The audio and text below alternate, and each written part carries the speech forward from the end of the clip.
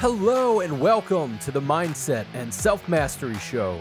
I'm your host, Nick McGowan, and on this show, my guests and I unpack the stories that shape us and the lives that we lead on our path to self-mastery. So, let's not wait any longer. Let the games begin.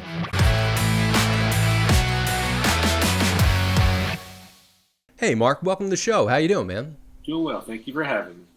Absolutely. I'm glad to have you. Thank you for reaching out and not being just a normal person. I mean, the fact that you reached out and you were like, hey, I want to talk about this thing that most people don't actually talk about. And you're telling me that you're the first, I'm getting into your side of this. So Mark, why don't you just tell us what you do for a living and one thing that most people don't know about you that's maybe a little bizarre or a little odd. Yeah, so I am the lead scientific researcher at Fellow One Research. I have pioneered biotype science since 2003. Which includes the scientific biotype quiz and the scientific weight loss diary.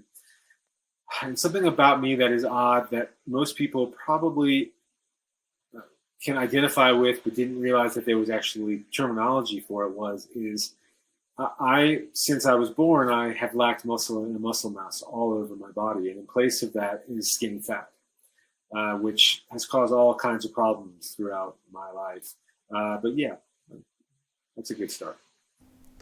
That's an interesting thing. Yeah, because I'm sure most people don't really think about that specifically. I'm sure, and we could probably just get right into the topic that we want to talk about, because I think a lot of people will think about, well, I get my genes from my parents, so therefore I kind of look like this, and this is how it is. But tell us a bit about body science and kind of what got you into that and how it started.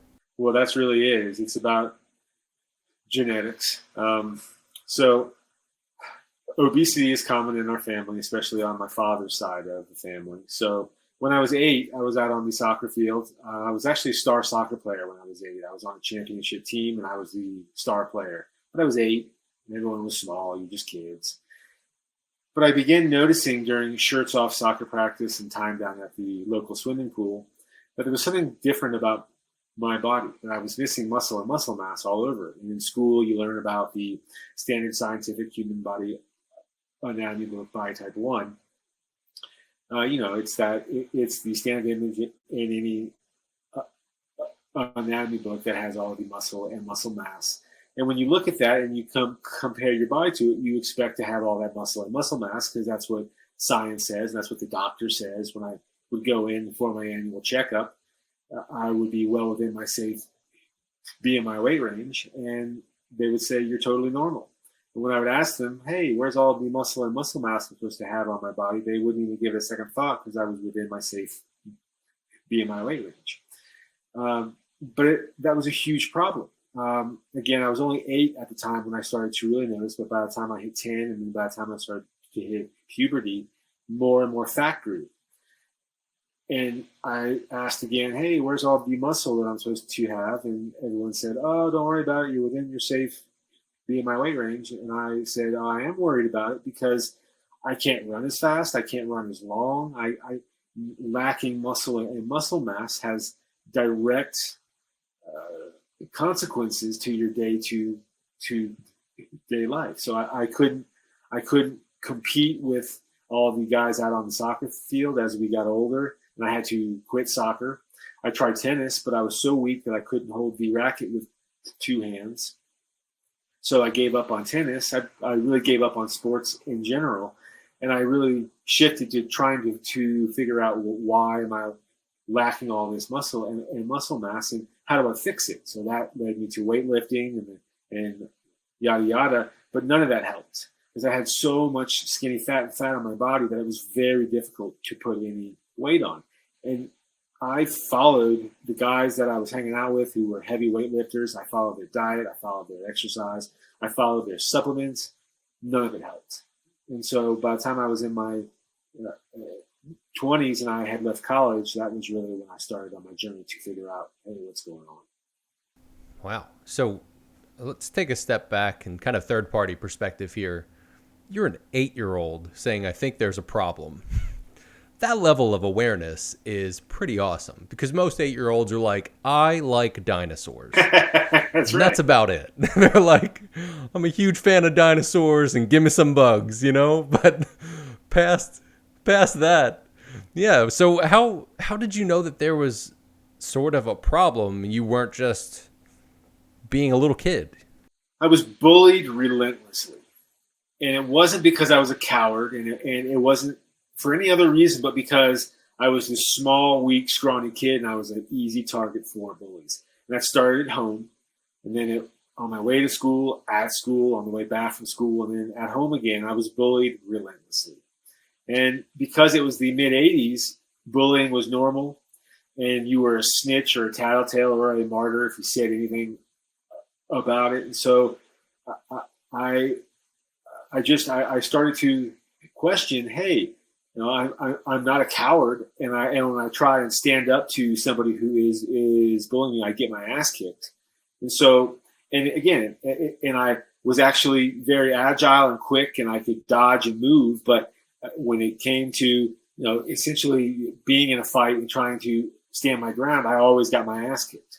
And it wasn't because I wasn't athletic. I was a star soccer player. So in general, things just didn't add up.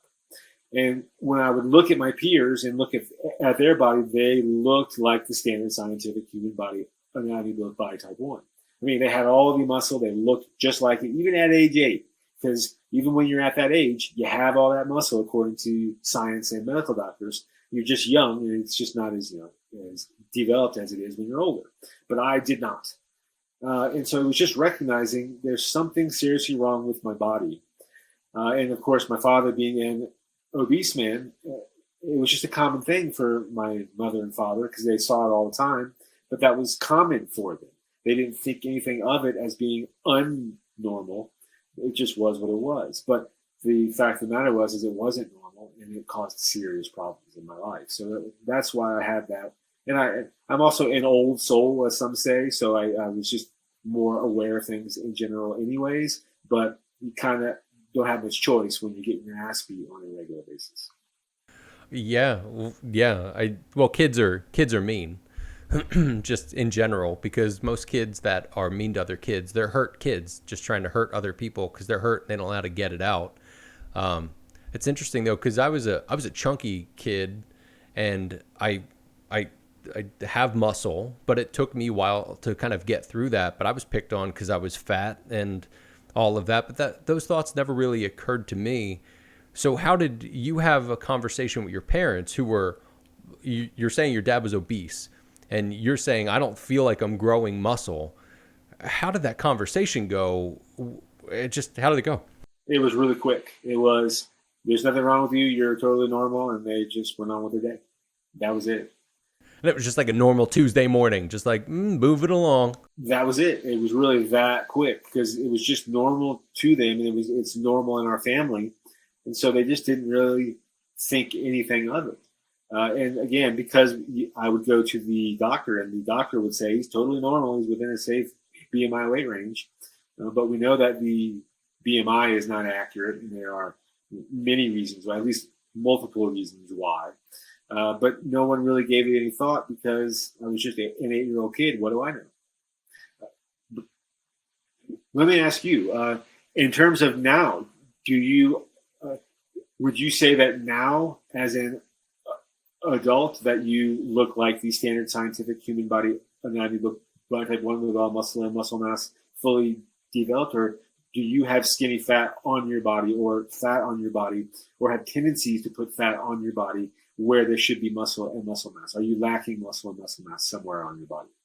I appreciate the question. And I like how the tables can turn sometimes, where, realistically, part of the reason why I started this show is because of the trauma and shit that I've gone through and being able to process through that. As a kid, that I was a chunky kid, like in, 3rd grade, somebody called me Twinkie. And I was like, fucking Twinkie? What the hell is that? I remember going home and asking my mom what a Twinkie is. And she was like, why? And I was like, some kid called me a Twinkie. Like, what the fuck is a Twinkie, But I was just a kind of a pudgy kid because I didn't eat well, and I didn't really, whatever. Or so I thought. I was like, I'm not eating well. I'm not playing the sports that I want to play. But I played some of the sports, but I basically played like left back on away games where they were like, you're good enough to sit here because we need X amount of you. But baseball was kind of my jam, where I played and I moved around a lot, but I don't think I got to the point where I actually went further with it. I got to like 8th grade and was like, I don't want to deal with politics in high school, and stopped. So I started rollerblading and aggressive skating, and did notice that I thinned down a bit because it was hyper cardio, but I wasn't doing anything to gain weights. I'm saying all this because right now, as a almost 38-year-old man, there are moments where I look at my body and I think of that little kid, and I still kind of have to work through that almost dysmorphia at times.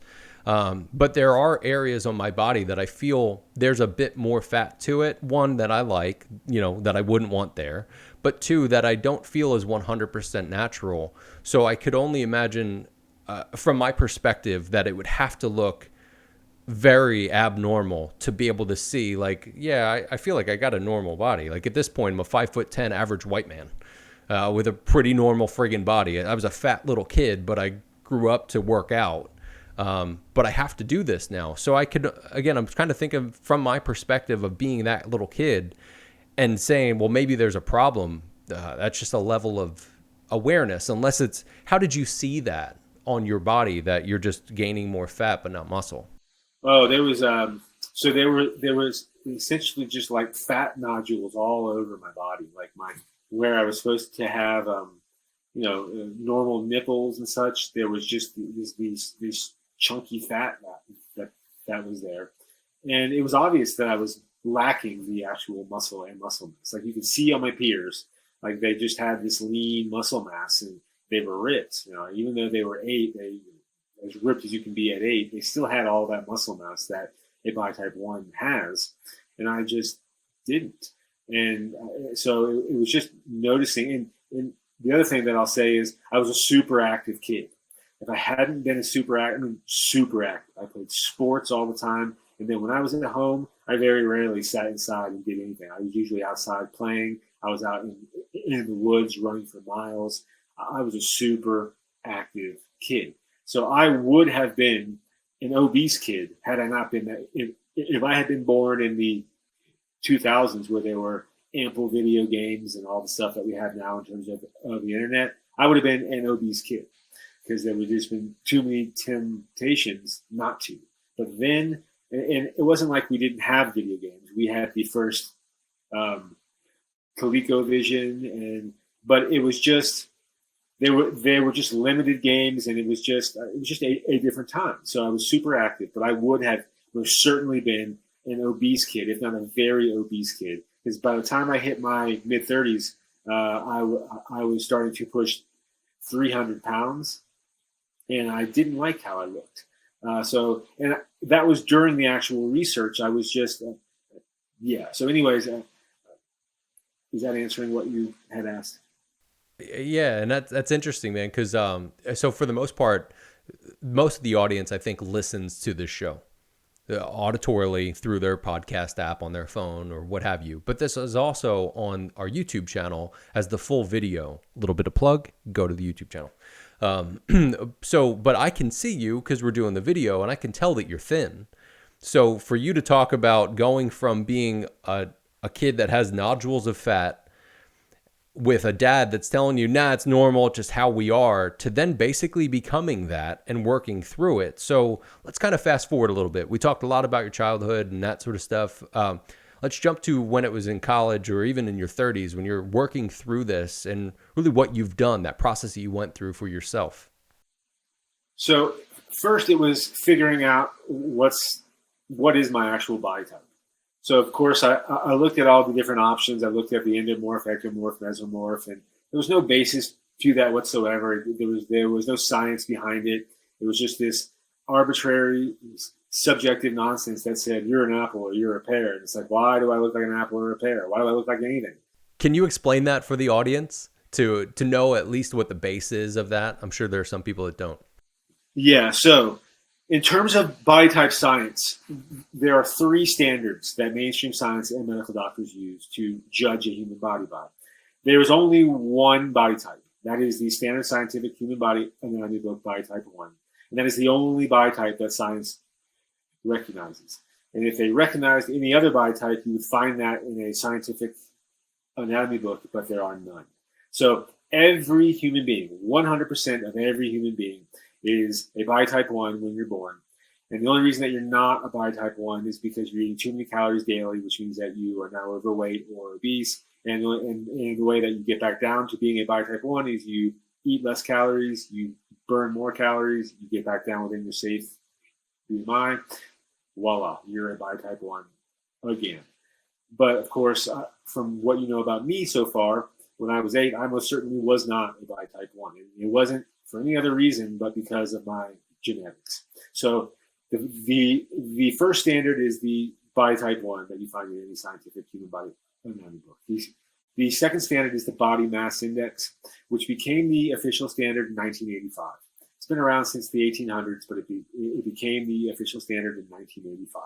And it is not accurate for at least several reasons. One being because it is a genetic scientific fact that any part of the human body can be underdeveloped to whatever degree. And that means that includes muscle or muscle mass. So another reason why the BMI is not accurate is it's possible to have more muscle on your body that takes you into the overweight or obese column, but you most certainly are not overweight or obese. Kind of like Dwayne Johnson, D-Rock. That dude is not obese, he's not overweight, but if you were to run his BMI, he's likely going to fall within the overweight or obese columns of his BMI weight range. So that is standard number 2 and why it is not accurate. Standard number 3 is the basal metabolic rate, BMR. That is the number of calories daily that your specific body requires just to do its basic function. And so long as you're eating calories that are at or below your BMR, then you won't put on any fat weight and you'll stay looking like a body type 1. Problem is that skinny fat, which is a newer term, it's only been around now for about a decade or so.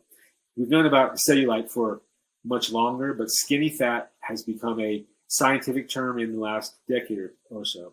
And skinny fat is cellulite, thin fat, loose skin, saggy skin, crepey skin, or normal weight obesity.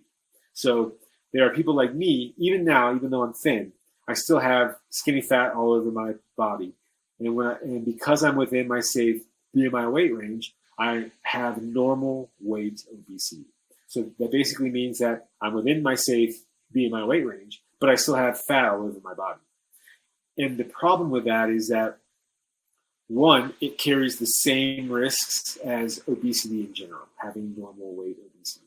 2, because science recognizes that 1 pound of muscle mass burns 6 calories daily, but 1 pound of skinny fat only burns 2 to 3 calories daily. If you have skinny fat on your body where you should have muscle and muscle mass, it directly negatively affects your metabolism. So if you're following the standard BMR, you're likely still eating too many calories daily if you have skinny fat on your body where there should be muscle and muscle mass. So those are the 3 mainstream science and medical doctor body type standards. Those are the only standards that mainstream science and medical doctors accept as being scientific and real. All of the body types, whether it's the endomorph, ectomorph, and mesomorph, or triangle, or kibbe, or tin body types, or hormone body types, none of those are scientifically accepted and they are backed by no science whatsoever. Of course, we know that hormones affect body type. I'm not saying that that's not true, but if a hormone body type were true, then that would mean that every person who has a quote-unquote thyroid hormone body type would be diagnosed with a thyroid imbalance. But that's just not true. There are plenty of people in the world who have the shape of a thyroid body, but have never been diagnosed by any medical doctor with having a thyroid issue. So hormone body types, and this is the biggest argument that I get from folks, is that hormone body types are real. They are scientific. No, they're really not. There's definitely science that says that hormones affect your body in terms of weight loss and weight gain, but there's no evidence that hormone body types are real. And yeah, so I'll sort of pause there and see if I'm making any sense here. Oh yeah, making total sense. I appreciate that. I want to know how it translates into what you do and where you saw that you can kind of bridge between what currently is and what you believe to be the truth. Got it. So once I figured that out, then it was figuring out how do I add muscle and muscle mass to my body. And that was really the main motivating factor is I would like to have muscle and muscle mass on my body, just like everyone says I already do, but I don't. And so muscle and muscle mass, they are what give an athletic person their athleticness. Now, of course, there's skill and talent and such, because there's plenty of people who have A body type 1 and have, they're loaded with muscle, but they have no talent or skill, and they're uncoordinated, and they just aren't very good athletes, even though they have A body type 1. So I'm not saying that muscle is the cure-all, and if you have muscle, you'll be a star athlete. There are most certainly other variables. But if you are missing or lacking muscle and muscle mass, then you, one, again, are prone to being bullied. It will negatively affect your BMR. You lack strength, you lack speed, you lack agility, you lack the ability day in and day out to go out into the world and hold the energy well. So if we look at someone like Will Smith, who, under a lot of pressure at the Academy Awards, snapped and lost it, right? And so what muscle does is it helps you hold the energy. And if you are out in the world and you are dealing with a lot of pressure, especially if you are becoming more famous or you're becoming more respected at your job, if you don't have muscle and muscle mass, you will have strong tendencies to put on more fat where you're lacking that muscle and muscle mass. And so my goal was to figure out, how do I put muscle onto my body the right way? Well, I tried weightlifting and I tried all of the standard processes, but because I had so much skinny fat on my body, it just didn't work very well. And so when I was in college, I literally just mirrored some of my friends who were body type 1s. They were all muscle, and they could go down to the gym and they could lift weights one time and they would just be bulked up.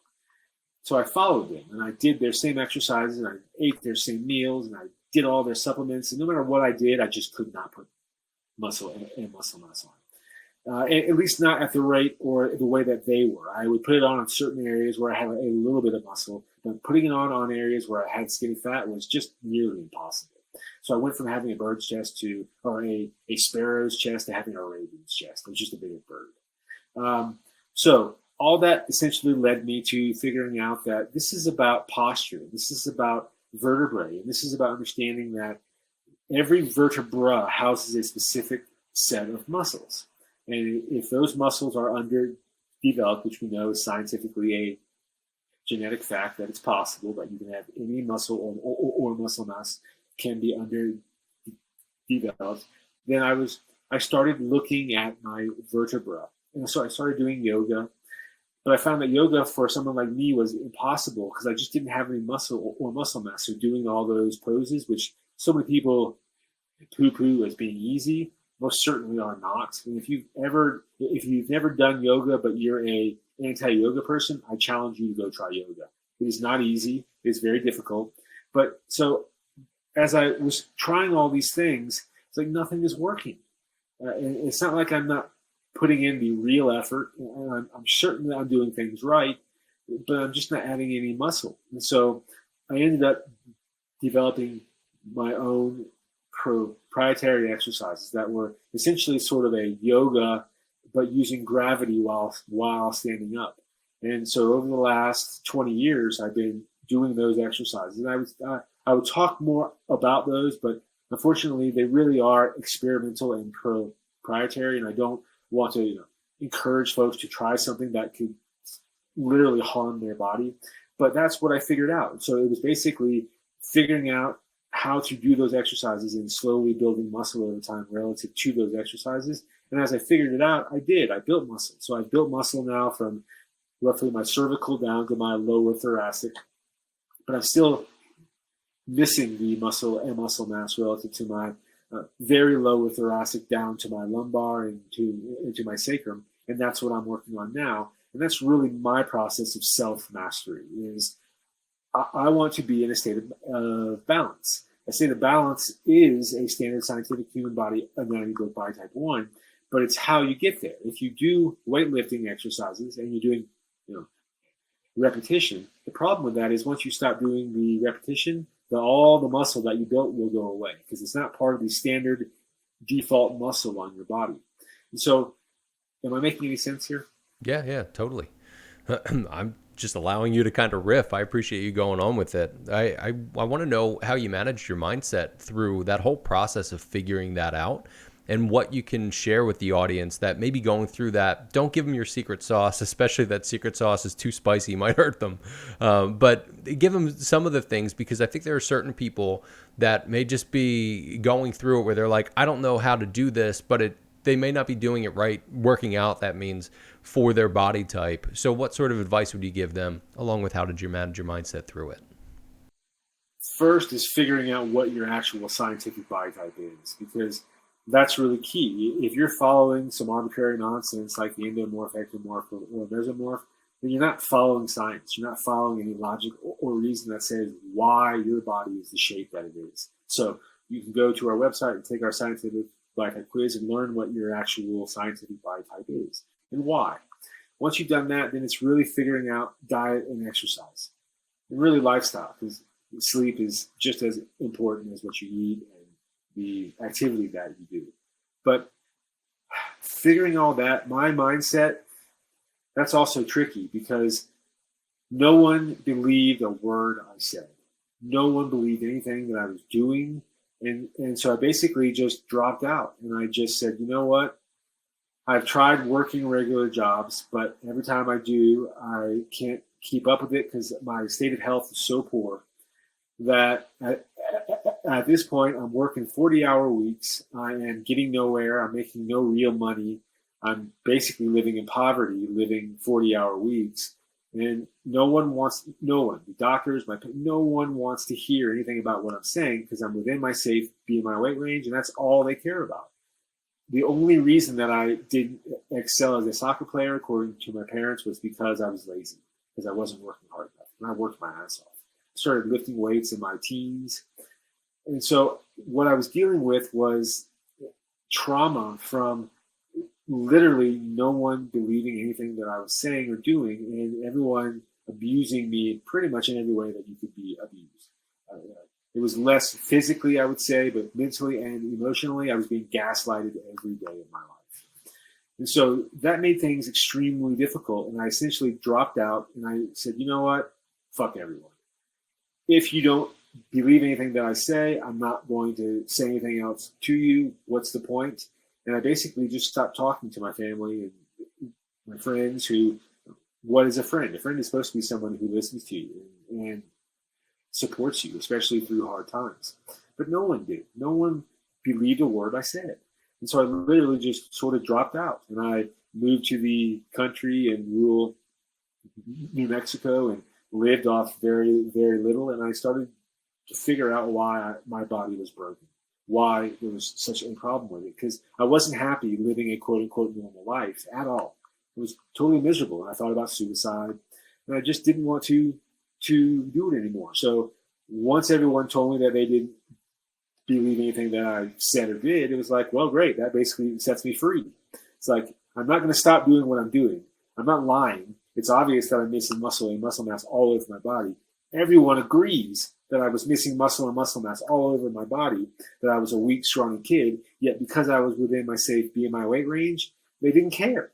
And so after I dropped out, I spent like 15 years essentially alone by myself. Because what I believed in is self-mastery. What I believed in is the mastery mindset. It's one of the reasons I was super interested in coming on your podcast, was because that's what I think that life is about self-mastery. It's about figuring out what your imbalances are, regardless of what anyone else is saying to you. And that's a tough thing, because when your entire family calls you a liar and you're not, right? And everyone else is calling you a liar, no one believes anything that you say or do, that's devastating. It's soul crushing. But I was left with a choice. I could either follow through and commit suicide, or I could say, fuck everyone and let's go and live my life and figure this out. And that's what I did. And so it was really just realizing that if you have to have the strength to follow your own path, to believe in yourself, but you also have to have the logic and the reason and the science to back it up. You have to understand that there's something wrong with me. What is that thing that is wrong with me? Well, for me, it was my physical body. It started with my physical body. there was something seriously wrong with my physical body. And that led to the mental and emotional unbalance and trauma and unhealth that I was dealing with. But it really all started with my physical body, and that's why it all was a focus on fixing my physical body. And I knew that in time, if I could get through those hard years, and they were like 15 plus, really until I sit here now, 20 plus years of basically isolation and loneliness and figuring it all out. That's now where I sit, and now I'm coming out into the world with the science, with the website, with the data, with everything that I'm talking to you now about, so that folks can understand, yeah, not everyone is born in a body type 1. And scientists and doctors, as much as we need them, I'm not knocking scientists and doctors, but they have a strong tendency to be really arrogant and only hear what they want to hear and not really help when they should be. And so that's essentially my mindset as I was coming through all that was, it's my life. And it's my life. And if I'm going to actually find self-mastery, if I'm going to actually find balance in my life, then I've got to live my life for me. So is that making sense? Yeah, absolutely, man. And I really appreciate that you didn't go through with the suicide because of the work that you've done, the person you are, being on this show, the help that you're giving the people. There's a lot to that, a lot of people wouldn't know that stuff. And a lot of people also, even if they go through shit like that, don't naturally talk about it. So props to you, man. Appreciate that. Yeah. Yeah, and look, the fact that you're going through and you're doing the work and being like, look, I know there's something here, and fuck you people, because if you don't, that's fine. I'll go figure this out on my own. I think more people need to have that in a balance where you don't just go fucking crazy, but have that balance with it. So, man, it's been a pleasure to have you on the show. I appreciate you being here. Hey, what's that one piece of advice you'd give somebody that's on their path towards self-mastery? But you have to believe in yourself. Don't listen to what the naysayers are saying. Don't listen to what the dumbasses up on social media are saying. Don't listen. Listen to yourself, but make sure, as you just said, that you're doing it in a responsible way where you're not just flying off the handle or where it might lead to you actually losing it mentally and emotionally. But yeah, definitely believe in yourself. That's awesome, man. Again, thank you so much for being on the show. Tell us, where can people find you? Where can they connect with you? So you can find me up at fellow1.com. Please go and check out the scientific body type quiz, the scientific weight loss diary. We don't push any particular diet or exercise. We have a whole list of both up on the site because we believe that everyone is an individual and one diet will work for one person or exercise that won't for another. So check those out, please. I also have a book. It's called Overprivileged White Guy. And I named it that simply because I was born in a body type 4. And that was hard enough. And when I got out into the world, especially in this country, I recognized right away that racism was a huge problem. So I couldn't imagine not being a white dude in this country and being a body type 4. I most certainly would not be sitting here if that were true. So I named the book that sort of racy title because I wanted to bring awareness to that. The book is about my journey. It talks about the science, but it's not some boring scientific jargon book. It's actually a novel that is based on my journey. So there's that. You can also find us up on social media. We have 2 different types of accounts. We have the 4 body types, which is basically just all of our research and data. And then we have what's called Ask Gnosis, which you can also do on the website. It's basically like Siri or Alexa, where you can ask questions. You can ask for free up on social media. Just be aware that we're super busy, so we can't answer everyone. You can also go to the website and buy credits, or you get credits if you buy the Advanced Scientific Weight Loss Diary. And you can ask our expert team, which I am a part of, science-based diet, exercise, and lifestyle questions to help you on your journey as well. Well, that's awesome, man. Again, thank you so much for being on the show. It's been a pleasure to talk with you. Thank you for having me. I really appreciate your listening.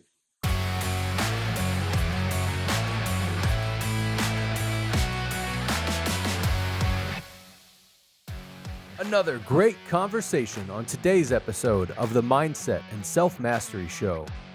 So, what did you think of the show today? I'd love to hear your thoughts, and check out the Instagram or Facebook page to join the conversation.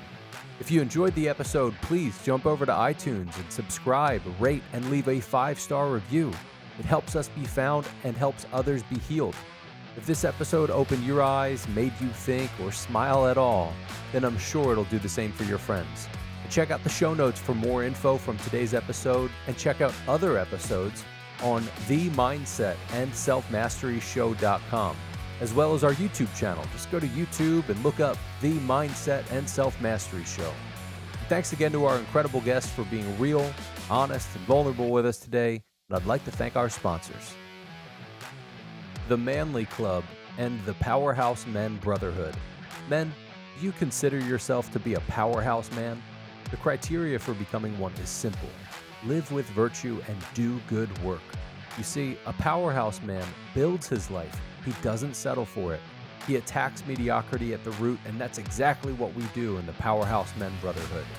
Visit powerhousemen.com. That's POWERHOUSE men.com. And most importantly, I'd like to thank you.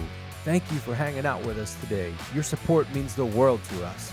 And with that, remember, your mindset matters, and so do you.